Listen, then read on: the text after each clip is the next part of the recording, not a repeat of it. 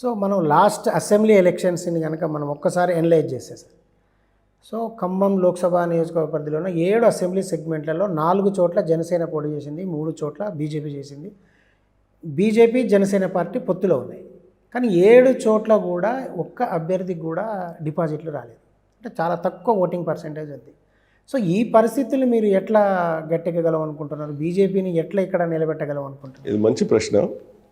ఇప్పుడు త్రిపుర లాంటి north east స్టేట్స్లోనే BJP government వచ్చినప్పుడు ఇంత ప్రజా చైతన్యం ఉన్న ఖమ్మం జిల్లా, మన ఖమ్మం జిల్లా, ఇక్కడ ప్రజలకి అవగాహన చాలా ఉంటుంది. ప్రజలు చాలా నాలెడ్జబుల్, చైతన్యవంతులు. వారికి విప్లవాత్మక అది స్పిరిట్ అనేది ఉంటుంది, పోరాట స్మృతి ఉంటుంది. ఇక్కడ మీరు చూస్తే కరసేవకులకి చాలామంది ఖమ్మం జిల్లా నుంచి ఎక్కువ పోయిందని చెప్తా ఉంటారు.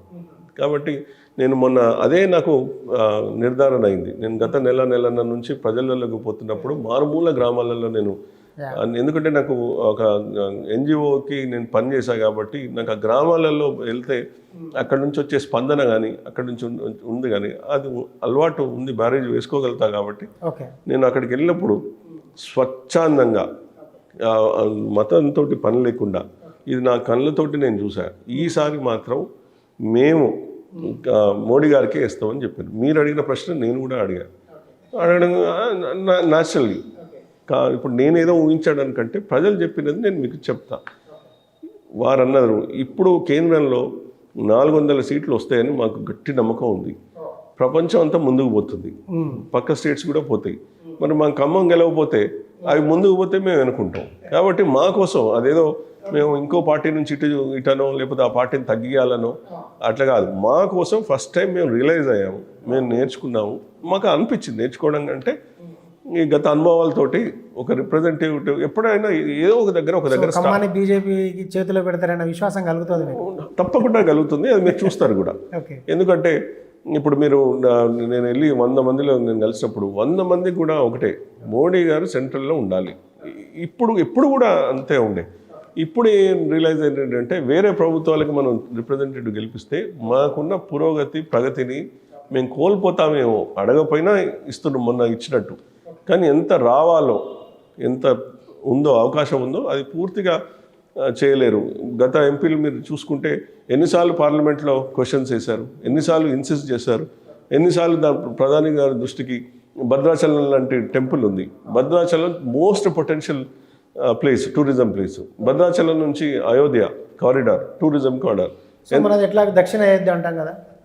కాబట్టి పొటెన్షియల్ ఉంది, కేంద్రం ఎంతో అవకాశం ఉంది, ఆసక్తి కూడా ఉంది. ఇప్పుడు మీకు చాలామందికి తెలియదు, మొన్న నేను ఎవరికి చెప్పినా ఆశ్చర్యపోతారు.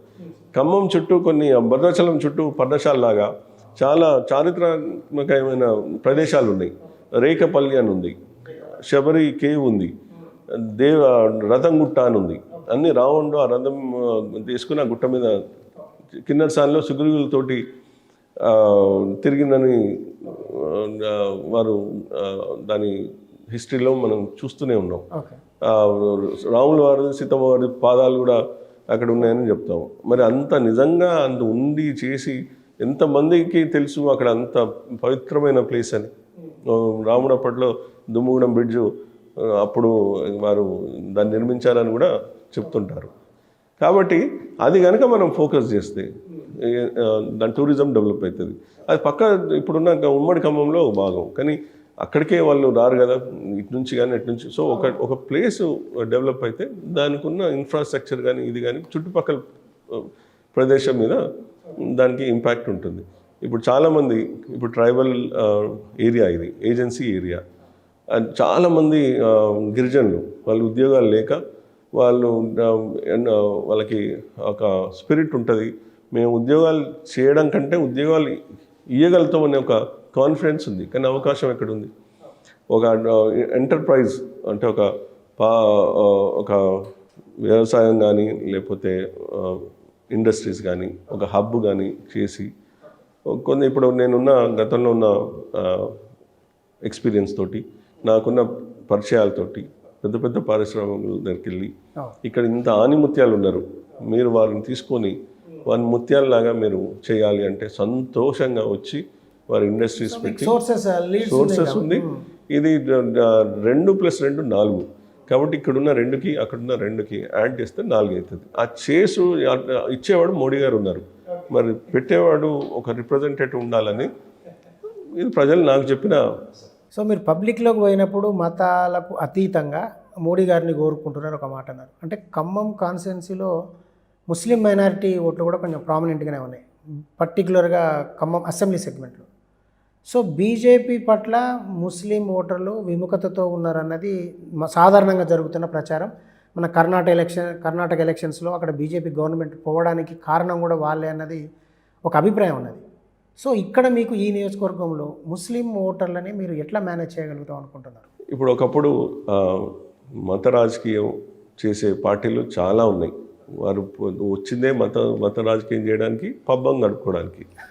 ఇప్పుడున్న వస్తున్న రోజులలో కానీ ఇంకెక్కడైనా అనేక రాష్ట్రాల్లో మనం చూస్తాం. ఇది మతం రాజకీయం కాదు, ఇప్పుడు ఇది ప్రగతి రాజకీయం. ఎవరైనా రిలైజ్ అవుతున్నారు, ఇప్పుడు ఎట్లయితే ఖమ్మం ప్రజలు రిలైజ్ అవుతున్నారో మాకు కూడా ఒక రిప్రజెంటేటివ్ ఉంటాయని, అట్లనే ఇతర మతాలు కూడా. అసలు ఇది మతంతో సంబంధం లేదు, ఈ మోడీ గారికి ఈ మతానికి సంబంధం లేదు. వారు ఎంతసేపు నా దేశం, నేను వసుదైవ కుటుంబకం అంటారు. సో వారు అనేక సార్లు అన్నారు లివ్ అండ్ లెట్ లివ్. కాబట్టి అందరం భారతీయులం, ఫస్ట్ భారతీయులం. ఏ భారతీయుడికైనా ప్రభుత్వం చేసే పనులు తేడా లేకుండా అందుతున్నాయి. అది మీరు అందరికి తెలుసు. ఇది ఈ మతంకి ఆగుతున్నాయని కాదు, యూనిలాటరల్ అంటారు. కాబట్టి ఆ రోజులు పోయినాయి. ఇది ప్రజలు తెలుసుకుంటున్నారు. ప్రజలు ఆ రాజకీయ ఉచ్చులోకి పోకుండా ప్రగతి వైపు పోయి మతం జోలికి మమ్మల్ని వదిలేయండి, మేము బాగున్నాము, సో ఈ ప్రగతిని చూపించండి, కానీ ఈ మతంతో మమ్మల్ని రెచ్చగొట్టొద్దు అని బుద్ధి చెప్పిన రోజులు ఎలక్షన్స్ తోటి చాలా ఉన్నాయి. ఇక్కడైతే అదర్ దెన్ హిందువులు ఉన్న ప్రదేశాల్లో కూడా మన మోడీ గారు చేస్తున్న దాంతో ఆర్టికల్ 370 కానివ్వండి, ట్రిపుల్ తలాక్ కానివ్వండి, ఇంకేదైనా ఇల్లీగల్గా ఫండ్స్ వచ్చి, ఫారిన్ ఫండ్స్ వచ్చి దాన్ని వేరే విధంగా ఉపయోగించి అన్నీ బంద్ అయినాయి. సో అందరూ నాకు అనేక మంది ఫ్రెండ్స్ ఉన్నారు, ముస్లిం సోదరులు ఉన్నారు, క్రిస్టియన్స్ సోదరులు, ఫారినర్స్ ఉన్నారు,